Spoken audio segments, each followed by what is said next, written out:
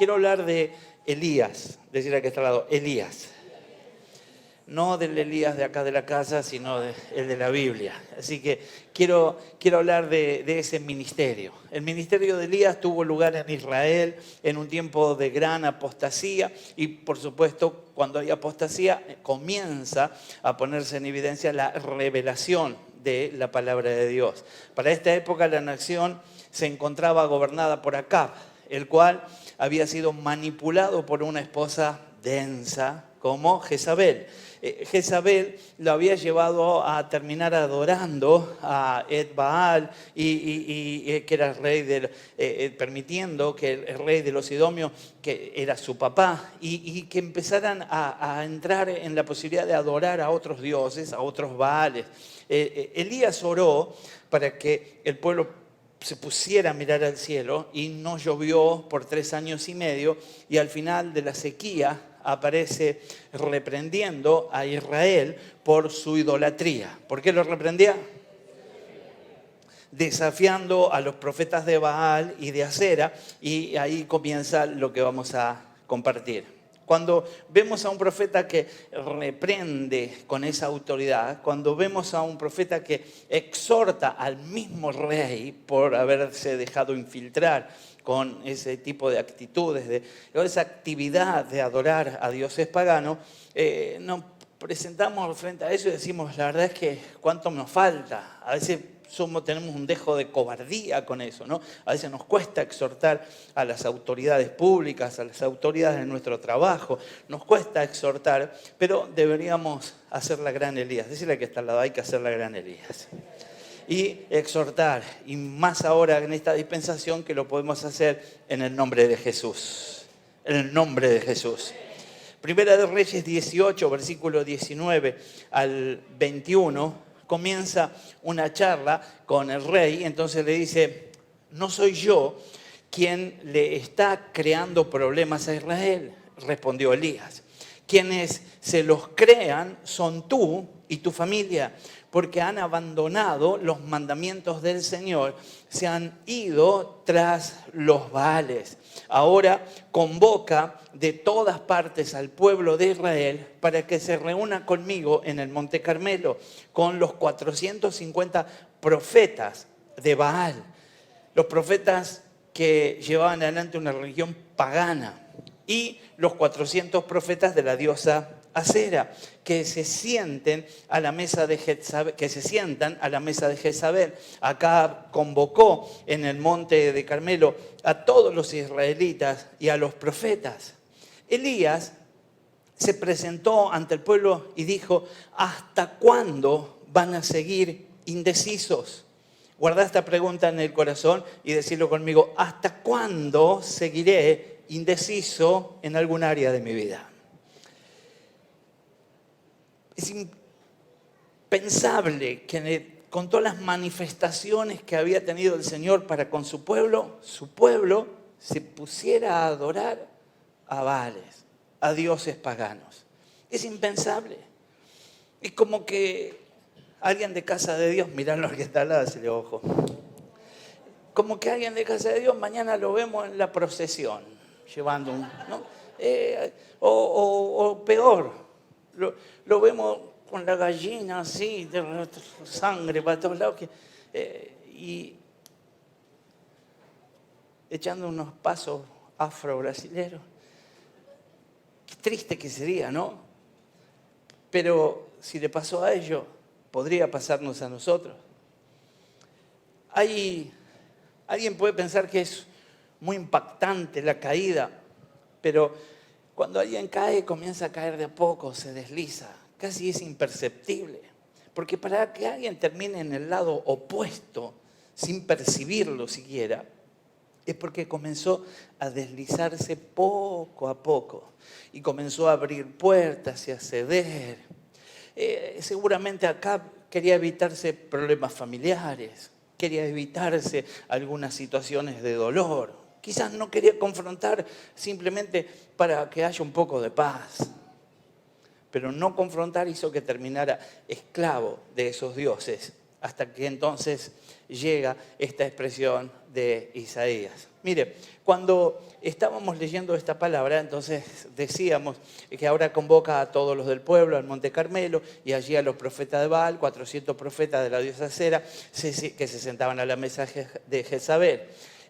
Acá convocó a todos ellos y Elías se presentó ante el pueblo y dijo: ¿hasta cuándo van a seguir indecisos? Si Dios verdadero es el Señor, deben seguirlo, pero si es Baal, síganlo a él. Pero fíjese la reacción del pueblo. El pueblo simplemente, dice el texto, el pueblo no dijo una sola palabra. Es una señal. Y déjate enseñar por la Biblia. Quizás esta sea una señal.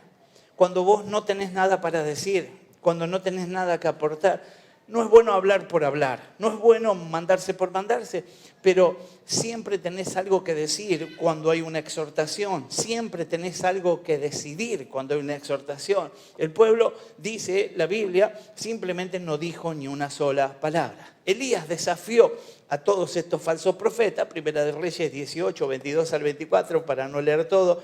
Entonces Elías se añadió: yo soy el único temeroso y un poco perseguido, pero envalentonado, declara que es el único que ha quedado de los profetas del Señor. Luego vamos a ver que no era así, que había todavía algunos más que no se habían quebrado delante de los Baales, pero él declara esto. Baal cuenta con 450 profetas. Traigan 2 novillos, que escojan ellos uno, que lo descuarticen y que lo pongan en pedazos sobre la leña, pero sin prender el fuego. Yo prepararé el otro novillo y lo pondré sobre la leña, pero tampoco le prenderé el fuego. Entonces invocarán ellos el nombre de su Dios y yo invocaré el nombre del Señor. El que responda con fuego, ese es el Dios verdadero. Y otra vez el pueblo comienza a despertarse, ya no estaba en silencio. Y entonces dice la Biblia, terminando este texto, y todo el pueblo estuvo de acuerdo. Diga conmigo, y todos estaban de acuerdo. Cuando hay un acuerdo, el Señor se manifiesta con mayor gloria todavía. Los falsos profetas invocaron a sus dioses sin respuesta. 26 al 29 nos cuenta: los profetas de Baal tomaron el novillo y le dieron lo que prepararon e invocaron el nombre de su Dios desde la mañana hasta el mediodía.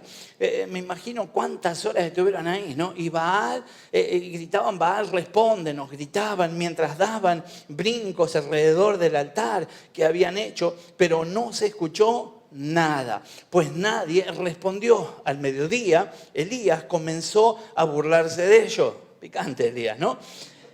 Le decía: griten más fuerte.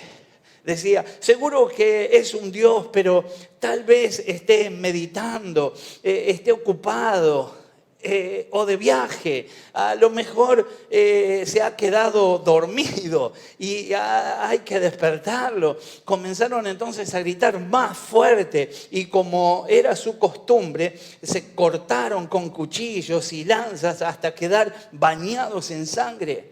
Pasó el mediodía y siguieron en ese trance profético hasta la hora del sacrificio vespertino, ya por la tarde. Pero no se escuchó nada, pues nadie respondió ni prestó atención. Diga conmigo: nadie.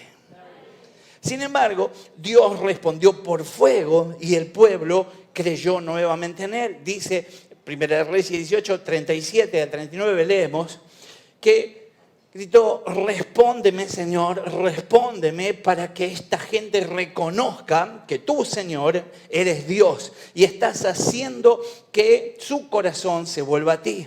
En ese momento cayó el fuego del Señor y quemó el holocausto, la leña y las piedras, hasta las piedras, decirle que está al lado, hasta las piedras, y el suelo, y lamió el agua de las zanjas. Versículo 39, presta atención al pueblo que estaba en silencio, que luego opinó. Ahora dice: cuando vieron esto, todos se postraron y exclamaron, el Señor es Dios. El Señor es Dios.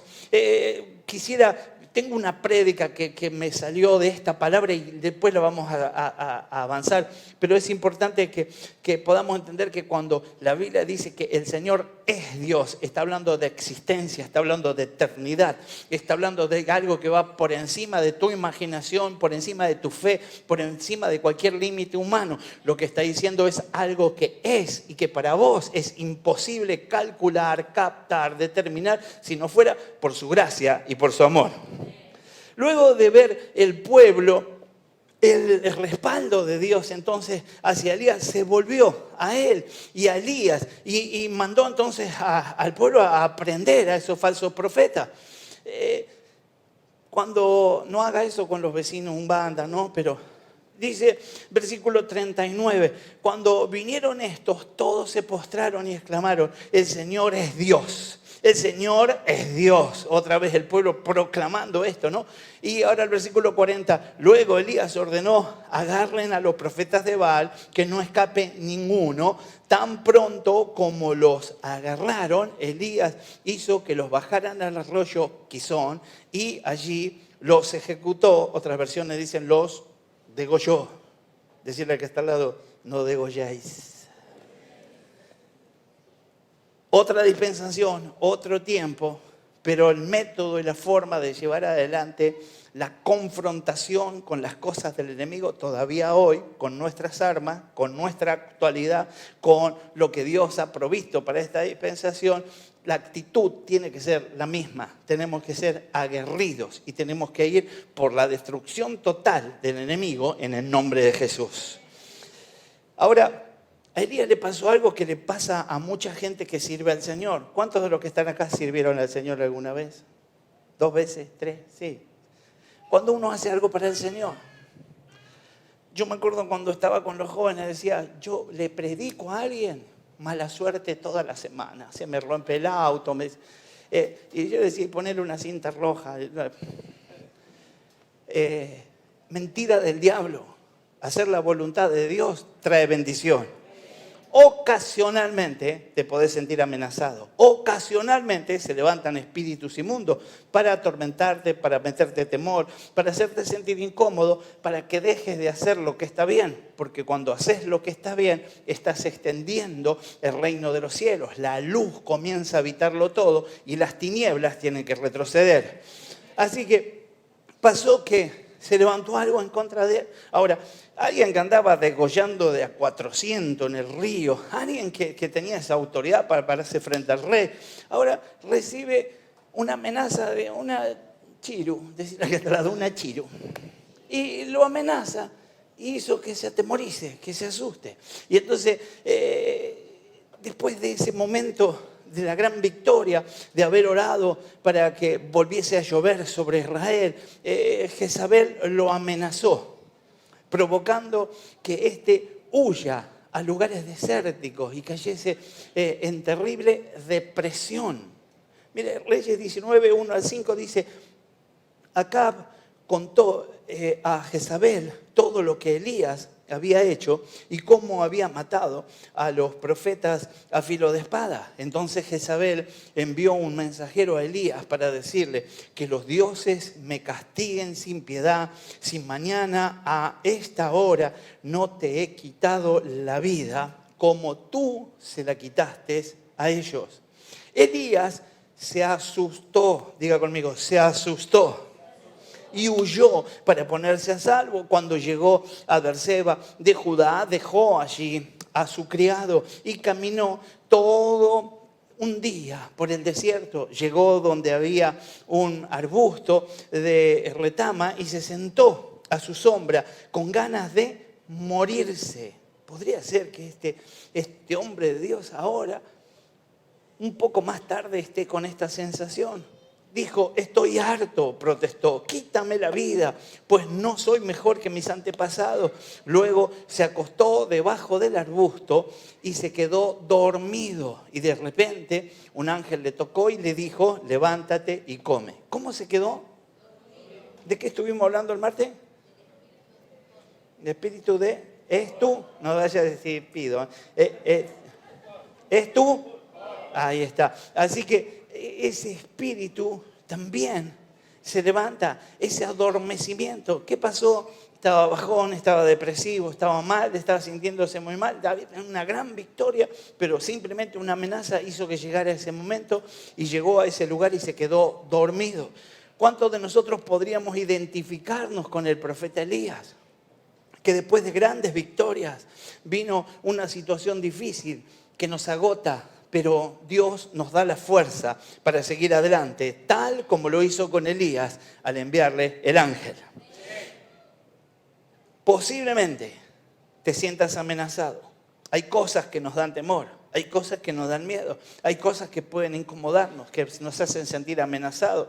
Este tiempo que el país está viviendo, algunas situaciones en tu propia familia, alguna situación en tu salud, alguna situación en tu familia, en tu pareja, en tu hogar. Podrían ser miles las cosas que te atemoricen, pero ni una de ellas tiene autoridad. El que tiene autoridad es Cristo.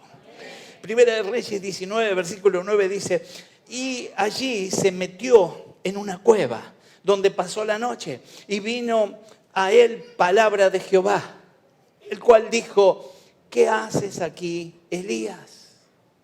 Lo que le estaba diciendo la palabra es, este no es tu lugar, te desubicaste, Elías. Y quizás hoy el Señor nos está diciendo a muchos de los que estamos acá o a muchos de los que están mirando desde su casa, ¿qué haces allí?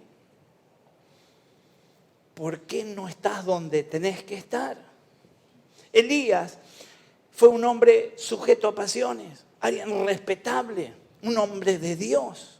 Ahora voy a trazar un poquito el perfil de él para que podamos ir un poco más al fondo del conocimiento, pero si él termina desubicado, ¿cómo tendremos que orar nosotros para pedirle a Dios que nos guarde de tal manera que nunca seamos encontrados en el lugar que no corresponde? Que podamos percibir cuando estamos dando un paso de más, cuando estamos ingresando al sitio que no tenemos que ingresar, cuando estamos abriendo la puerta que no tenemos que abrir, cuando estamos conviviendo con quien no tenemos que convivir, cuando vamos huyendo por el temor de algo hacia un lugar inhóspito y desértico, siendo que el Señor quiere usarme en un lugar para que yo brille en el nombre de Jesús. Deberíamos pensar que pudiera ser cualquiera de nuestras vidas. Elías fue un hombre que era sujeto a pasiones semejantes a las que nosotros vivimos. Fue un hombre de Dios. Cumplió con lo que el Señor le mandó siempre. Mientras el pueblo se corrompió, él se guardó para el Señor. Vamos viendo el perfil de alguien para tener en cuenta. Dios lo llama para cumplir un propósito en él. Y ese propósito era hacer volver el corazón del pueblo a Jehová. Era lograr que otra vez los que habían sido seducidos, cautivados por los dioses paganos, pudieran poner su mirada en Cristo para recibir lo que el Señor tiene para ellos. El Señor tiene un propósito con tu vida. El Señor quiere que vos seas el que cause que muchos miren al Señor. Entre el caminar de su ministerio, él fue aprendiendo, como muchos de nosotros nos va pasando a lo largo de nuestros días. Vamos aprendiendo, decirle que está al lado, vamos aprendiendo. De la confianza que se debe tener en cuanto a lo que es Dios para vencer y para ser de bendición. Fue a través de sus oraciones fervientes que fue reconocido. Sus oraciones hicieron que se detenga la lluvia y su oración hizo que llueva nuevamente, que la tierra volviera a dar fruto. Su oración hizo que muertos resucitaran. Su oración hizo que se multiplicara el aceite y la harina, que la viuda fuera guardada. Cuando había escasez, enfrentó el ejército de Jezabel y obtuvo victoria.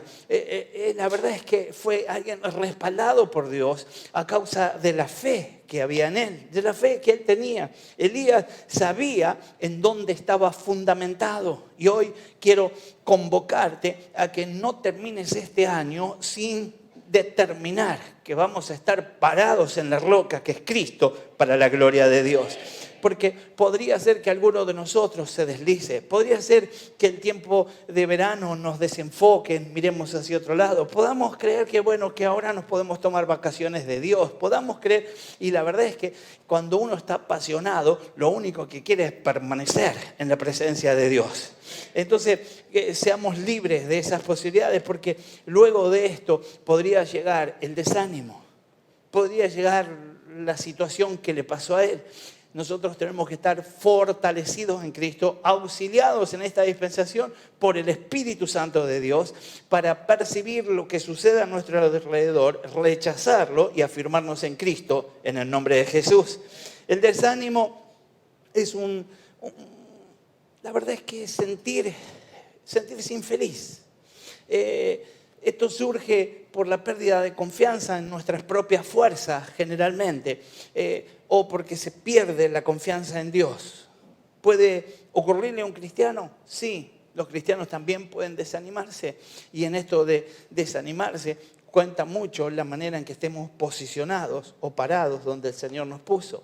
En Primera de Reyes 19:3, Elías, dice la Biblia, tuvo miedo y huyó para salvar su vida. Se fue a Berseba, una ciudad de Judá, y dejó allí a su criado. Así lo habíamos leído. Tuvo temor. ¿Qué tuvo? Temor. Una actitud de ansiedad o angustia causada por la preocupación ante una amenaza, en este caso en particular. Los momentos de miedo en el hombre pueden ser usados por el diablo totalmente. Muchas personas son deshechas, despedazadas por el temor, llegan a hacer cosas impensables por el temor, pero podemos permitir que ese temor nos acerque todavía más al Señor, diciéndole, Señor, tengo miedo. ¿A quién tenés que confesarle tu temor? Es a Dios, es a Dios. Porque es allí cuando vos podés manifestar el poder de Dios en contra, recibís esa autoridad, recibís ese fuego y podés confrontarlo en el nombre de Jesús. El consejo sería, aprovecha tu miedo. Decirle que está al lado, aprovecha tu miedo. No sé cuál es tu temor, no sé cuál es tu miedo, pero aprovechalo, usalo para acercarte más a Dios, usalo para ser más intenso en la búsqueda, usalo para ser de aquellos que logran lo que otros no alcanzan jamás. Uno de los factores que usa el enemigo entonces para ahogar al cristiano es el miedo, pero el amor de Dios echa fuera el temor. El miedo es lo contrario a la fe. Por eso Dios recalca en sus siervos y en sus siervas de no temer ni desmayar, porque la victoria está en confiar en el Señor. Está en confiar en el Señor.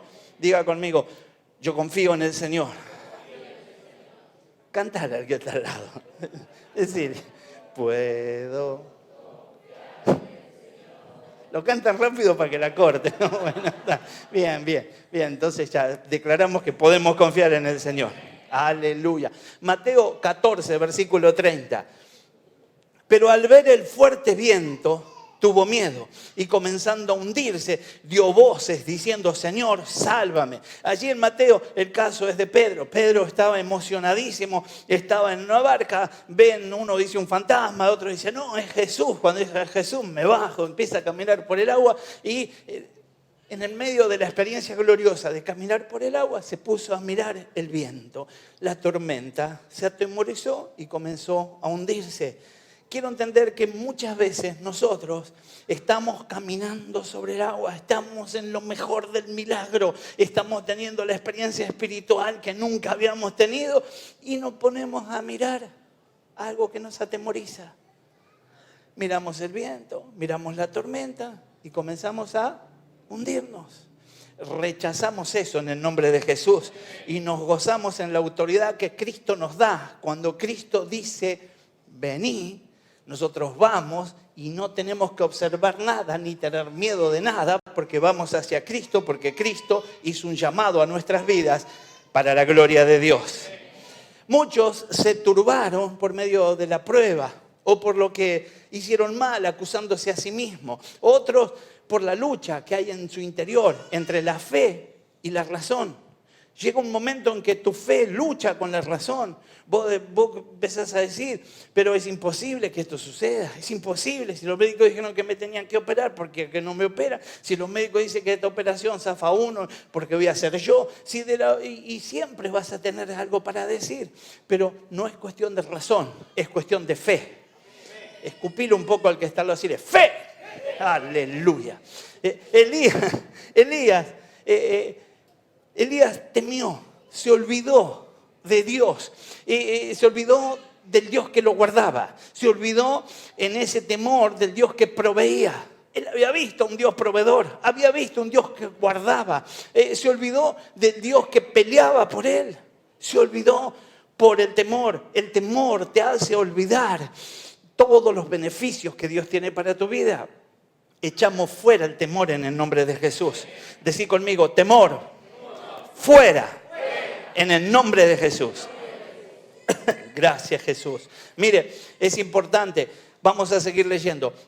Reyes 19, versículo 4 y 5. Y él se fue por el desierto un día de camino y vino y se sentó debajo de un enebro y deseando morirse, dijo, basta ya, oh Jehová, quítame la vida, pues no soy yo mejor que mis padres.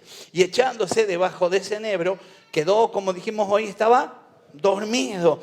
Y he aquí, luego un ángel le tocó y le dijo, levántate y come. Elías se durmió. El miedo te deja inactivo y la inactividad hace que te duermas,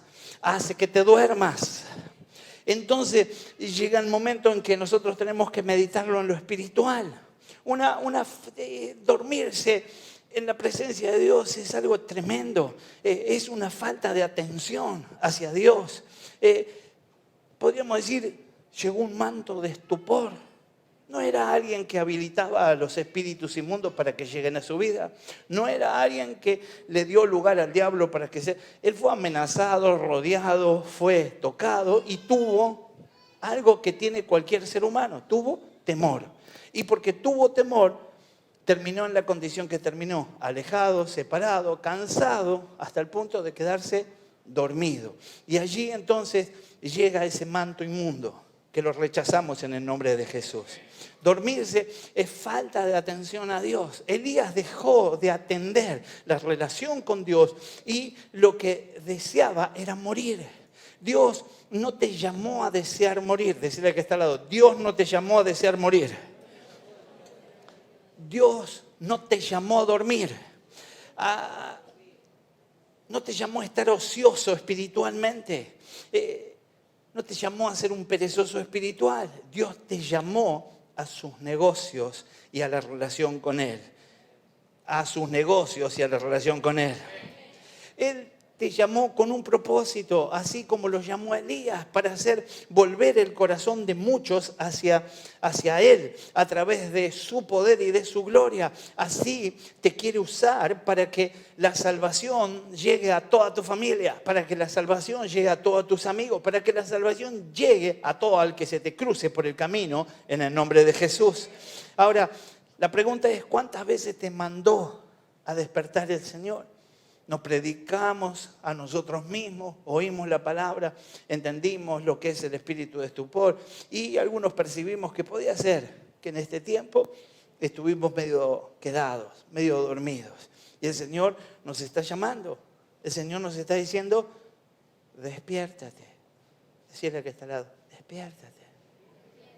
Un poquito más fuerte que no te escucho ahora. Si querés gritar, así. Tenían ganas ustedes. Bueno, pero el asunto es que aquí el ángel le tocó y le dijo, levántate y come. Ahí en Primera de Reyes, pero ya el versículo 6 dice, entonces él miró y aquí en su cabecera una torta cocida sobre las ascuas y una vasija de agua y comió y bebió. Gloria a Dios. Diga conmigo, comió y bebió. Es como que fue a un culto de martes. Le hablaron del espíritu de estupor. Salió lleno y decía, qué palabra, gloria a Dios. Dios me habló. Ahora soy libre, ahora soy libre. Al otro día, dormido otra vez. Se volvió a dormir. Dice entonces que agarró la vasija, comió, bebió y volvió a dormirse. Se volvió a dormir. Así mucha gente, entonces el Señor le trae pan de vida, maná del cielo, que es tipo de su palabra, para alentarlo. Y lo que hacen es comer. Y luego de comer dicen, bueno, estuvo buenísimo el mensaje, tremendo, el Señor lo que hace para conmigo, pero se vuelve a dormir.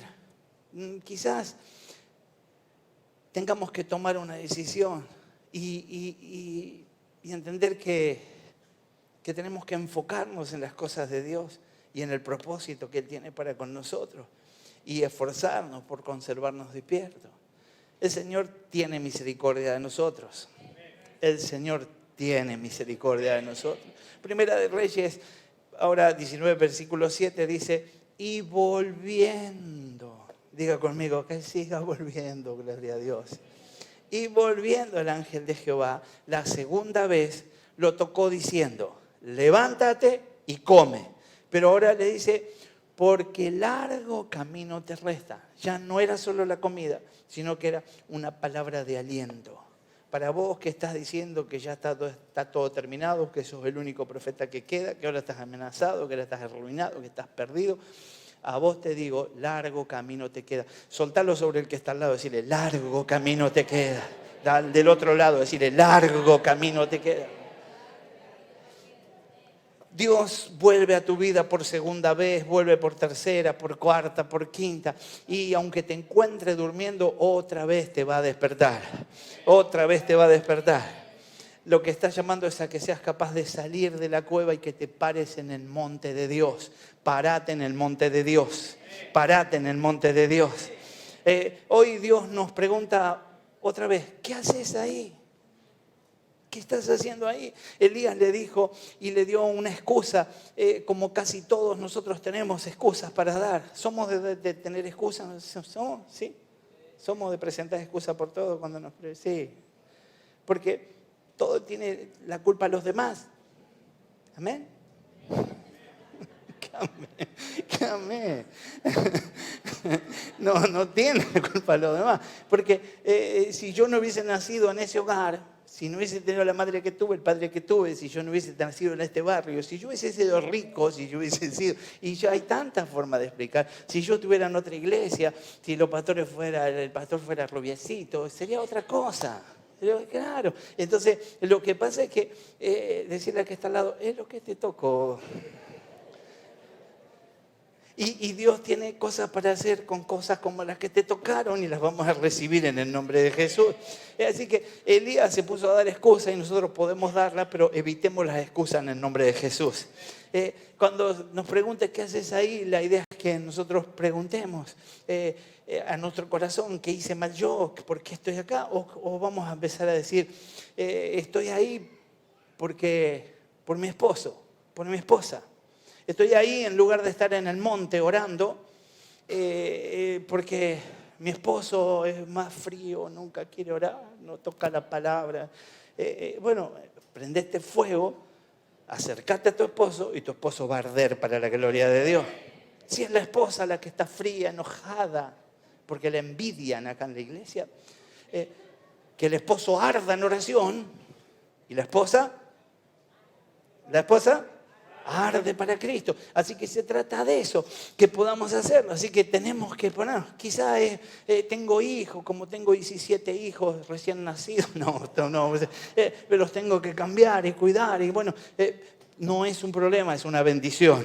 Quizá hay un problema económico y entonces dice, no, porque no tengo plata. Bueno, si no orás, más problemas vas a tener. Tenemos que orar en el nombre de Jesús. Quizá te ofendieron. ¿A cuántos lo ofendieron alguna vez? Deja la mano levantada. Mirá al que levanta la mano y dice, ay, ofendidizo. Así, bueno, cerrar los ojos. Señor, en el nombre de Jesús, te damos gracias porque podemos tolerar, aunque se levanten palabras que nos hieran, que nos lastimen, podemos salir en victoria en el nombre de Jesús, porque vos estás al cuidado de nosotros, cuerpo, alma y espíritu, en el nombre de Jesús. Amén. Aleluya. O por ahí no orás porque tenés un gran problema. Hay gente que tiene grandes problemas. Yo tenía unos grandes problemas hace muchos años que ahora los miro y son una pavada. Pero en ese momento era un gran problema. Después tuve otro gran problema, entonces el otro ya no era. Y ese gran problema también me incomodaba. Y ayer tenía un gran problema también. Y hoy tengo otro problema grande. Pero esos grandes problemas son para pisarlos en el nombre de Jesús. Y no para permitir que me quiten esa relación con el Todopoderoso Dios. Así que no hay nada que no me deje orar. Todo lo que se levanta para mi diálogo con Dios es cortado en el nombre de Jesús.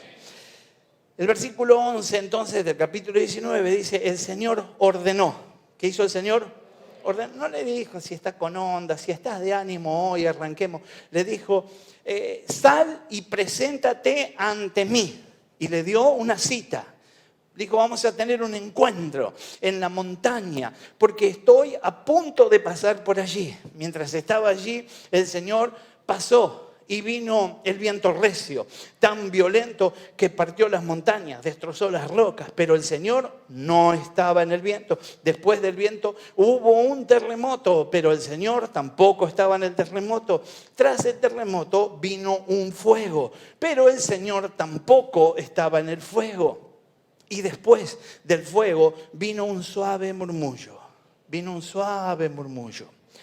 Cuando Elías lo oyó, se cubrió el rostro con el manto y saliendo se puso a la entrada de la cueva. Entonces oyó una voz que le dijo otra vez, ¿qué haces aquí, Elías? Cuando meditamos en todo esto, creo que él estaba siendo ministrado.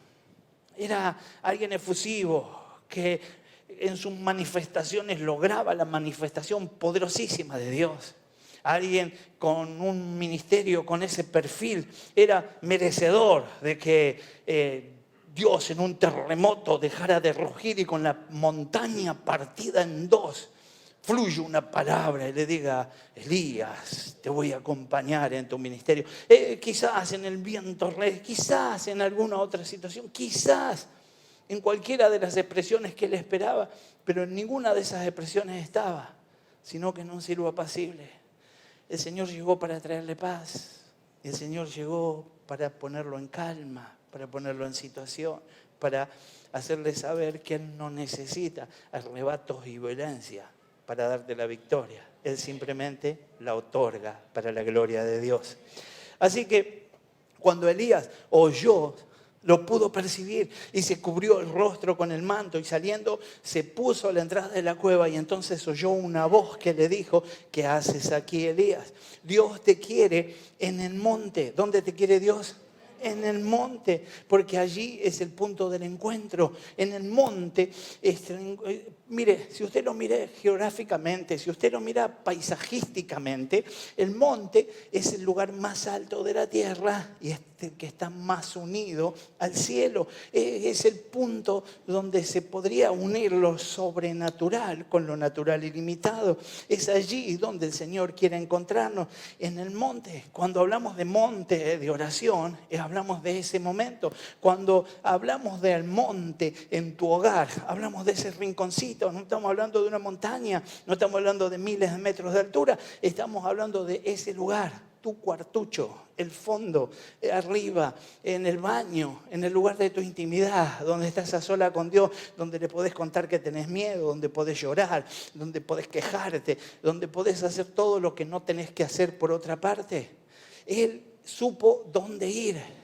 Estaba bueno salir y decir, la verdad que este Dios, yo era profeta, hice llover, todo después me dejó retirado cuando tuve miedo.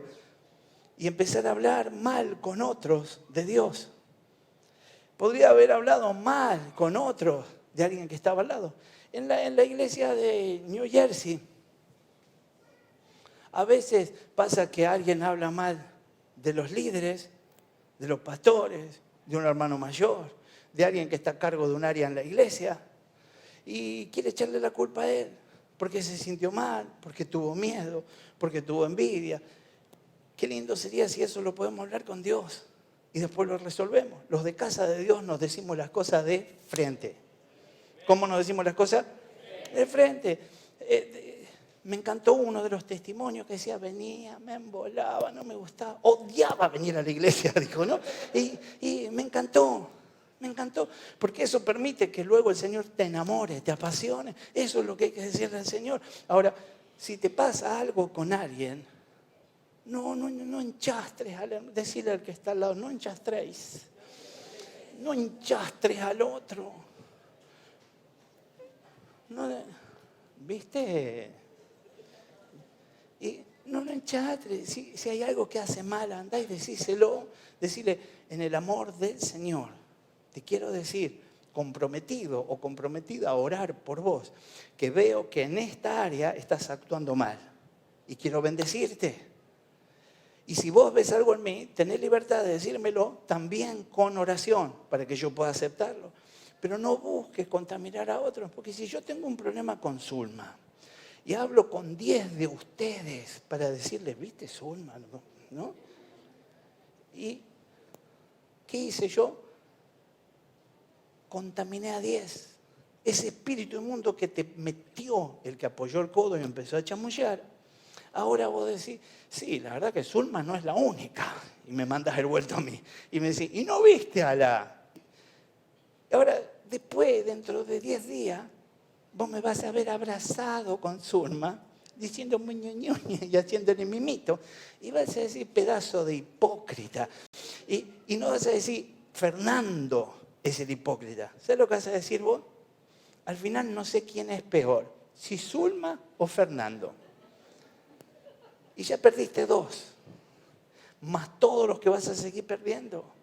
Guardá el corazón, generá amistad, cuidá tu boca, que no te haga perder nada, sino que sea para ganar en el nombre de Jesús. Isaías 54, versículo 10, hablando de lo que sucedía en ese momento, dice, porque los montes se moverán y los collados temblarán, pero no se apartará de ti mi misericordia, ni el pacto de mi paz, que quebrantará, dijo Jehová, el que tiene misericordia de ti. Entiendo entonces que no importa lo que parezca que va a pasar, no importa lo amenazado que estés, Dios te lleva a la victoria.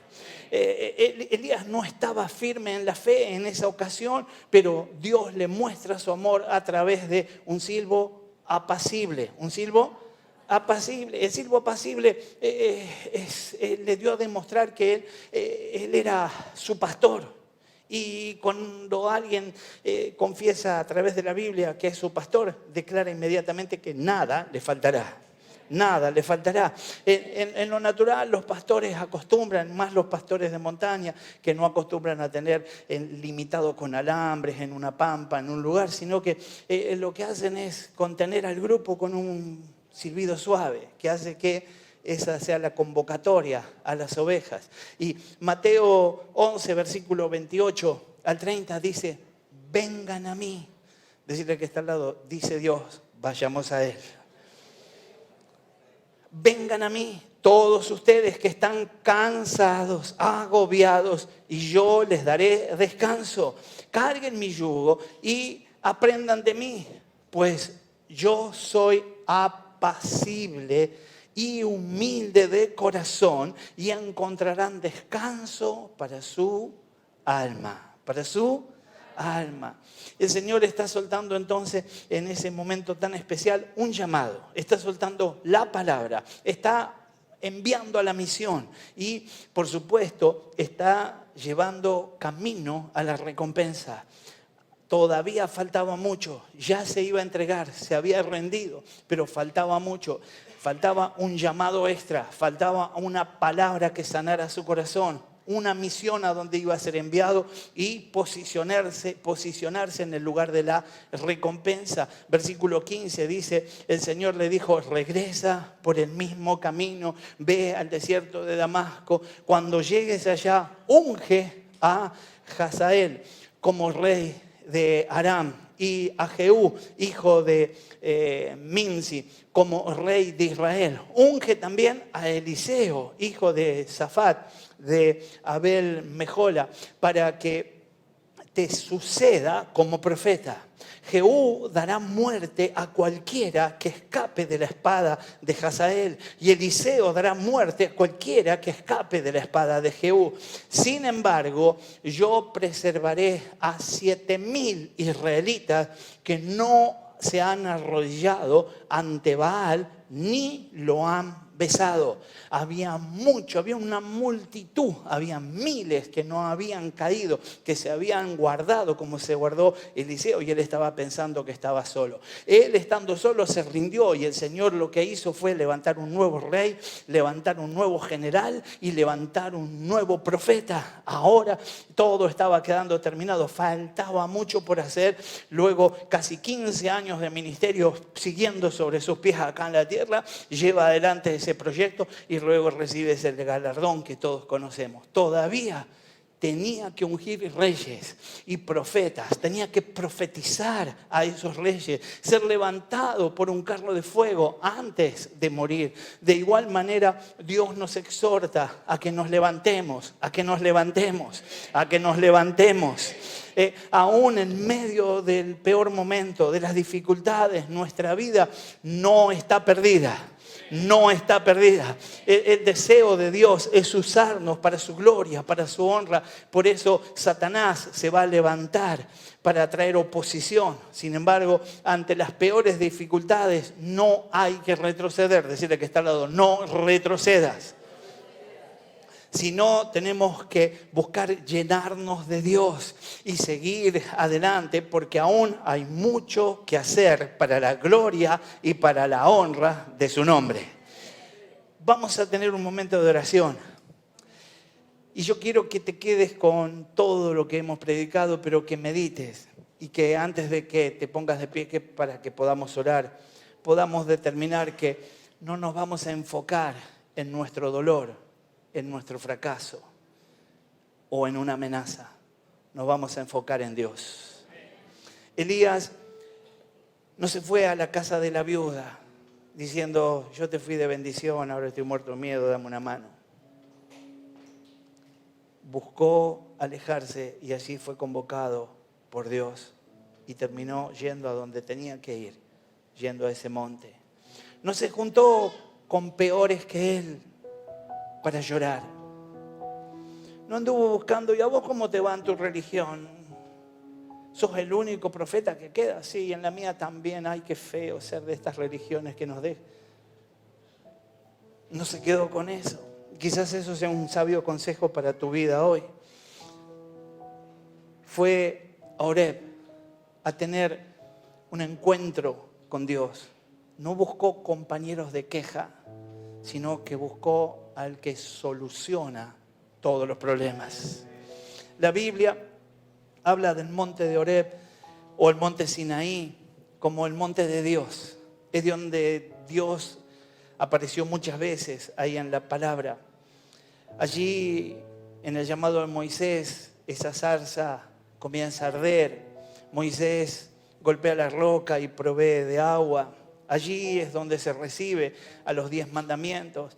En ese mismo lugar y al pie de ese lugar, el pueblo otra vez se desliza y construye un becerro de oro por la tardanza de Moisés. Es allí también donde recibió otra vez Moisés nuevas tablas de piedra para el pueblo. Es allí donde se exclamó: te ruego que me muestres tu gloria. Y el Señor estuvo de acuerdo en mostrárselo a Moisés. Es allí entonces donde Elías, en medio de un silbo apacible y delicado, fue ministrado por el mismo Dios. Es allí donde queda tronando una palabra que está en Éxodo 33. Mi presencia irá contigo y te dará descanso. Estar en el monte, en la presencia de Dios, hace que la presencia de Dios vaya con vos donde quiera que vayas. Ponete de pie y vamos a estar orando.